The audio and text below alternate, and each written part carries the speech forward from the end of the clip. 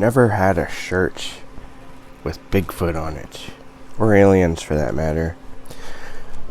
I think this shirt will do really well for Cryptid Readathon 2024, which is coming in a very long time from now, but in November.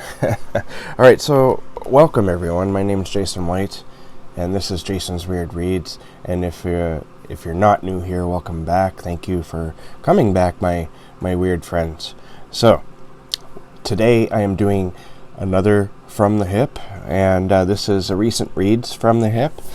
And if you don't know what From the Hip is, if you're new here, then I typically pair these up with my recent reads, but like I said, it's paired up. So the From the Hip itself is typically me just talking about I just shoot the shit with you, and I talk about personal things in my life that generally revolve around the channel here, and then I either go into like a topic of what I want to talk about, or channel updates. And so this one is definitely a recent reads. I recently did a From the Hip where I talked about my process for reading, or why I read, not my process, but why I read, and how I rate books, and why I DNF books. It was just an interest. I love talking about reading, the actual act of reading, which is, maybe that's weird, I don't know, but I had a lot of fun talking about that stuff. I'm happy with the comments. I want to thank everyone who commented on that video, because it made me feel like I'm not alone. And honestly, when I talk about my issues with depression, clinical depression, the only reason why I talk about it so much here on my channel is because I'm hoping that it can help someone, because there were times when I wish somebody had been talking about it, and that I could, when I was going through particularly rough patch, I could like think about what they said and have it help me get through it. And when you have something like that to latch onto, it's great. So I kind of want to be, I mean, in my real life, I don't go on and on about it with everyone. So I just I want to use my platform, I guess is what I'm trying to say, as a voice. I think we need to get rid of the stigma that is around depression, because a lot of people don't talk. They just don't. I'm one of them. As I was just saying, I don't talk about this stuff in my real life. I end up finding myself doing this on this channel, and like nobody in my real life really knows, unless they watch this channel too, that I go through this type of stuff, or exactly what it is I'm going through. So maybe I should talk to the people who are in my life a little bit more. But that's sort of the goal too, is to get people talking, people who need to talk, because there is a stigma around mental illness, and that if you're mentally ill, you're somehow weak. No. You're not weak if you suffer from mental illness. If anything, the fact that you're still here and able to read books and talk about books and go to work, do all the things you have to do despite the depression, in my mind, that makes you tougher, much more stronger than what some people would have you believe. And that's not the only problem with not talking about depression, though. A big problem is the obvious big one. A lot of people, don't survive depression. Their symptoms end up killing them, and that is an unfortunate truth. And it's a very real possibility, though. And I don't like. I refuse that, honestly. And so that's the reason why I like talking about depression here. I want to use my platform to be a voice for it, because I have suffered from major depression pretty much the majority of my life, if not from the get-go. I think my brain is just wired that way, honestly. So getting back to that, I mean, the reason why I'm talking about this now is because that's one of the reasons why I read. It's like I compared it to it being an antidepressant, and I always say that reading is like a drug for me, and that's just it right there. It's an antidepressant. and I sort of cling to it. Even when I'm happy, I'm just reading because it's fun. But when I'm down, it helps. So that's great. I'm glad everyone responded to that, and positively. It was a lot of fun going through the comments. It was weird because the views weren't very high for that video, but there was perhaps more comments than usual. It was so it seemed to resonate with the people who watched, and that made me happy. Moving on here in my topic for shooting the shit is coming up. I'm recording this on Sunday, the March the 3rd. So next weekend is where my interviewing will be starting again, and the first round is the first interview person, the first writer I'm going to interview, Gwendolyn Kiste, and we are going to be talking about her awesome book, The Haunting of Velkwood. That's this right here, The Haunting of Velkwood. This is a really great book. I believe I've talked about it in a previous From the Hip recent reads. I really enjoyed this book, and I'm looking forward to talking to Gwendolyn about it, and that'll be next Saturday, which I believe is the 9th. I'm not entirely sure. So there's I've kind of made a choice here to work around SAD, seasonal affective disorder. So I'm going to be doing interviews in seasons, I think. This will be technically season 1 because I'm kind of rebooting in a sense. And it's going to go from March, I guess, to November. And I won't be doing it regularly, but when I'm going to be talking to authors, it's going to be during that time, and I'm going to be uploading them to podcasts again. And that's the reason why there's going to be seasons, because I'm going to have like season 1, season 2, season 3, and so I'm looking forward to that. And like I said, it's not going to be regular. For the first little bit, there's an author every 2 weeks, and then there's a long break in the summer, and the break is only there because I haven't scheduled them in yet, and I might not. But I might. So far I have like 5 or 6 people lined up, and there's 1 or 2 people I want to approach. So we'll see what happens with that. In the fall I have like 3 people lined up again. And again, it'll probably go every 2 weeks or so. And so that's what you can expect on the podcast. I just have to finalize some details about the podcast. I'm not too sure exactly how or where I'm going to upload these these videos. I should really start working on that. I find myself working on all this stuff pretty hard on the weekends. I'm also writing a lot more again, knock on wood. And I knock on wood because, if I miss a day, then it's easier to miss the second day. But I'm getting very close to something I want to release. There's 2 things I want to release this year. I keep talking about them, but we'll get to that in another video. All right, so next up here, I want to talk about the book club choice for January. If you're not a member but you want to join another book club, or maybe it'll be your first book club, check out the link in the show notes. You can come and join my book club. It's the Jason's Weird Reads book club, and this month it's on the Fable app, I should mention. So you might have to download the Fable app. It's a pretty interesting layout. It's almost like a Goodreads type of place that's completely geared towards book clubs. So that's awesome. So our choice for March is The Fisherman by John Langan. This is a really awesome book. I've read it before, so this is a reread for me. But it won the poll, and so we're reading it, and I'm absolutely happy to be rereading it because I love this book. It's a great book, and this sort of leads into what am I reading, because I am right now reading The Fisherman by John Langan. And as I just said, it's a reread, but I'm absolutely enjoying it. I'm also reading The Last Coyote by Michael Connolly. It's this little boy here. It's wow, it's like 500 pages. That's pretty cool. So The Last Coyote is book number 4 in the Harry Bosch series by Michael Connelly. And these have all been rereads for me too, except for this one. I never got to this one, but I started reading the Michael Connelly books about 5-6 years ago, maybe 7 years ago, and I really enjoyed them. But then I stopped reading them because that's what I do with series. I just kind of stop and never go back. I don't know. I started reading this one, and the funny thing is, I was using a piece of a gum package for a bookmark. I made my own bookmark. It's very good. I should start selling them.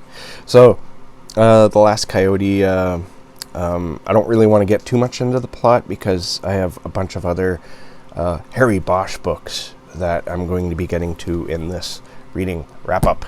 So, I'm also reading Beneath by Robbie Dorman. Oh, sorry, it's called Underneath, not Beneath, by Robbie Dorman. This book, I'm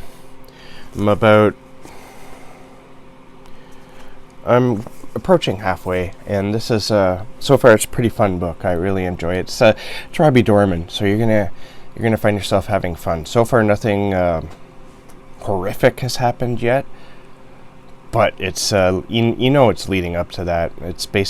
What it's about is Mary is our main protagonist, and she's been sort of rushed into a job at the Antarctic, which is a very cold place. And one thing I really enjoy about Robbie Dorman's writing is how he describes the cold and how it sort of tears right through you. Anyways, she's like a medic. She served in, I think, the Iraq War, or at least Afghanistan, one of the two. And she was also a medic for something else. I can't remember exactly what. But anyway, she's been rushed to this job because the last person, the person she's replacing, decided one day to walk out into the ice and die. They called it a suicide. So she's replacing that person. The main job is they're drilling. They're drilling like very deep. It's like miles deep, deeper than anyone has before. And their goal is to try to find out the origins of humanity. And the guy who's leading the experiment or the scientific study is convinced, absolutely convinced, that they are going to be successful and they're going to find the origins of humanity, and they're all going to become famous scientists for this. And she's just there to help if anyone gets hurt.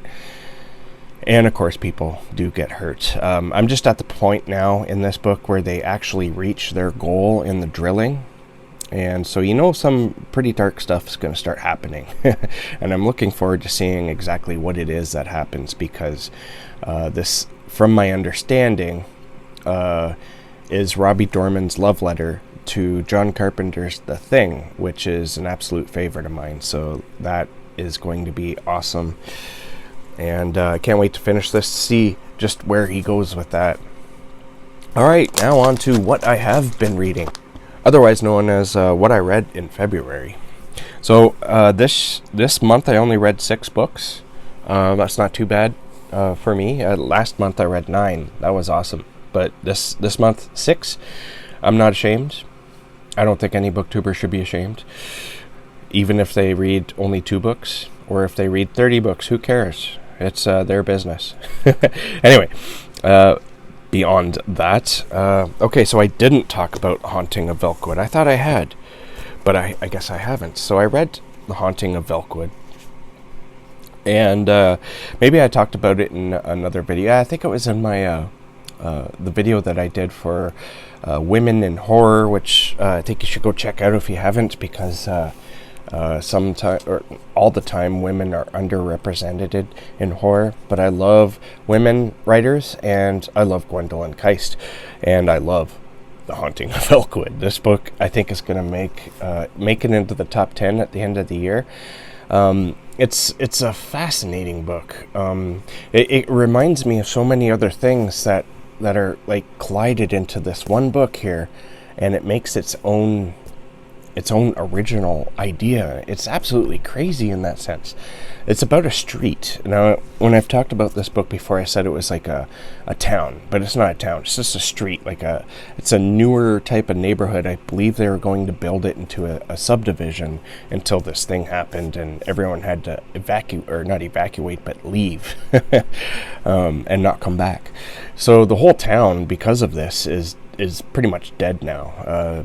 But what's happened in this street is you can't enter it. You can't go into the street. You can kind of see it, sort of surrounded by like a mist, a type of veil that you can't really see into the town, but you can. It's very fascinating, and that'll probably remind you of things like Silent Hill or Annihilation.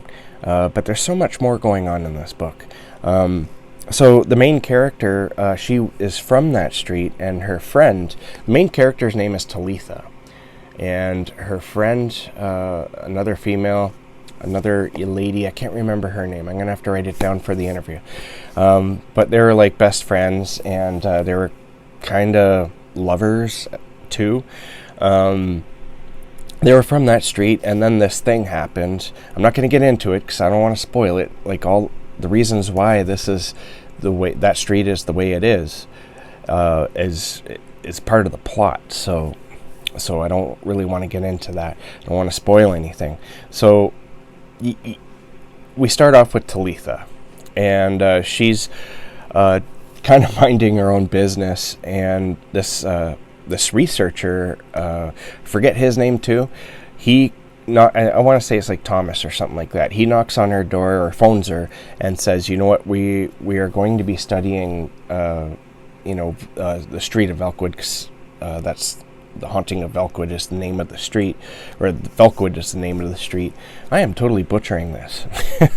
Anyways, so he's like, we're going to be going and researching this, and we want you to come along. We want you to go back if you're willing. And at first she's like, no, I'm not going. I'm not doing that. But then she changes her mind. She decides to go, and so she decides to go back, and she goes onto Velkwood Street, which is it's very interesting. A place. It's almost like a place out of time now. It's its own dimension in a sense, and it's filled with ghosts. And at one point, sometimes you don't even know who are the ghosts and who aren't. It's kind of weird in a sense, without necessarily being weird fiction. But I think it's borderline weird fiction. There's some surrealism in this book too, but it's also a love story. It's a very fascinating read, and I can't wait to talk to Gwendolyn about it. Can't recommend this one enough either. If you haven't read this, it's not even released yet. Its release is March 5th, so go get this if you can. And I want to thank Gwendolyn and her publisher for getting this book to me so I could reread it before the interview. All right, I really went on way too long. I next read Razor Blade Tears by S.A. Cosby. This book is a lot of fun. It was exactly what I was hoping it would be. It's a revenge story, honestly. It's two fathers. Excuse me. They didn't know each other, but their sons were married, and their sons were then also murdered. So that's how they meet. Both men are ex-cons, and both are very tough. Both men, Ike and Buddy Lee are their names. And they didn't agree with their son's lifestyle. But because they were brutally murdered in the middle of the street, this forces them. I mean, just the loss of your son is going to make you think differently about your son, and maybe be more accepting. I mean, it's really unfortunate that it would have to come to that in order to accept your child, but that's pretty much what goes on in this book. They have to overcome certain prejudices that they obviously have, but the reason why is because they loved their sons no matter what lifestyle choice they decided to take on. And that's the wrong way of saying it. No matter who their kids were, or what their kids were. the fact that their kids were living the way they wanted to, and did so unabashedly without caring about what their fathers thought. That's incredible on its own, because some people just hide from it for lifetimes. I think we all know stories about that, right? But anyways, the reason why I'm talking about it in this awkward sort of sense is because the characters in this book kind of struggle. Even in their son's death, they struggle to find acceptance. But of course, that's part of the point of the novel. Not only do they have to struggle with acceptance of their sons and who they were, they have to come to terms with their plan to find and execute some nasty little revenge on the bastards who did this to their kids. So this book reminded me a lot of, like, and I might be the minority here in thinking this, but I honestly don't think so. It had a strong feel of, like, without it being 80s or 80s nostalgia, it had the feeling of an 80s horror movie. No, an 80s action movie. You know, the shoot 'em up type of action movie that were, like, they don't make action movies like they used to in the 80s, and this kind of had that action feel to it to me, without being over the top. There's some realism in it too, but not always. But when you're reading it, you don't really think about that. You're thinking about how much fun you're having and how much you fall in love with the characters. My God, I love Ike and I love Buddy Lee. I kind of wish that you could read more stories about Ike and Buddy Lee on more adventures.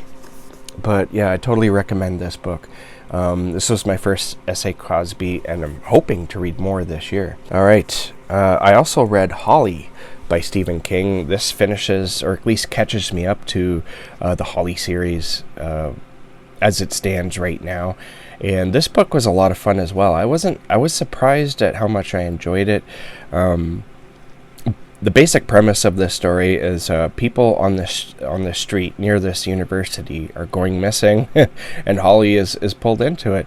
And it's pretty much shown in, I believe, the first chapter that what's going on is there's this this elderly couple who are cannibals. Elderly cannibals. I just love that term, elderly cannibals. And they're eating up the neighborhood. They're eating up the neighborhood. They're doing so because they're both The funny thing about this book is that both these cannibals are university, or at least one of them's retired. The other one I don't think is yet, or maybe they're both retired.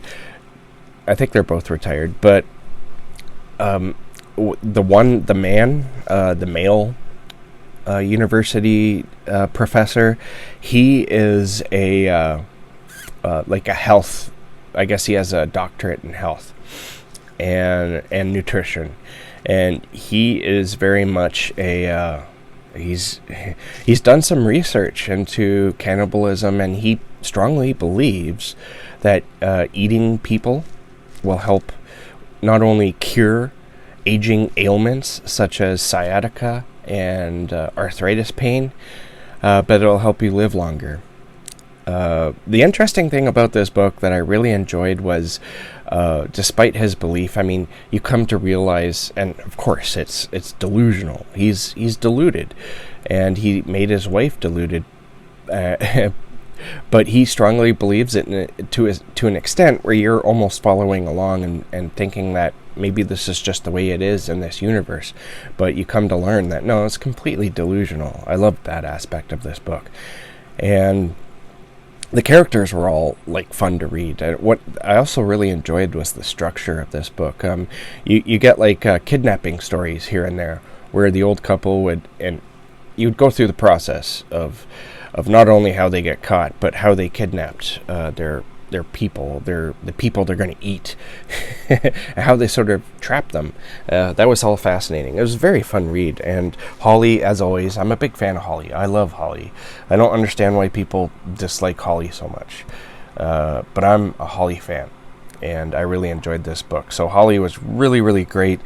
And because of the Mr. Mercedes books and the Holly books, when all last year I had this, I need almost to read crime thriller, the police procedural detective type stuff. I really, really wanted to read something like that, and let me tell you, reading books like The Outsider, the Bill Hodges books, they really scratched that itch, but it didn't get rid of the itch. It helped satisfy it a bit, but I ended up moving on to the Harry Bosch books, and the reason why I did that, I read them in order to keep scratching the itch, because I kind of like police detective books. So of course I started with The Black Echo, which is book 1, and honestly it's not my favorite of the Harry Bosch books, but it's good. Like I said earlier in this video that the first 3 of these were rereads for me, and it was a lot of fun going back into them. I think I didn't really enjoy The Black Echo the first time I read it. I enjoyed it more on the second read. Bosch is he's a detective. He's a homicide detective. He was demoted because of he killed a serial killer when he thought he was reaching for a gun, when in fact he was reaching for his toupee. So he wasn't necessarily demoted, but he was switched to a different department, a different homicide department that is basically the equal of being demoted. So that's like your sort of introduction to Harry Bosch. In this book, though, the main case that he's trying to solve is there's a man found in a pipe near a street. It's like a drainage pipe. It's a fairly big one, those big ones that you find.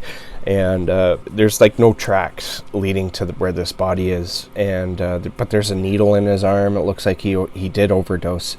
That's the calling. But his body is all wrong. It's his head, his sweater is up over his head and stuff. It looks like he was dragged in there, but like I said, there's no tracks, no evidence leading that he actually was dragged in there. So Harry Bosch goes to investigate, and he's there's something wrong here. I need to investigate this.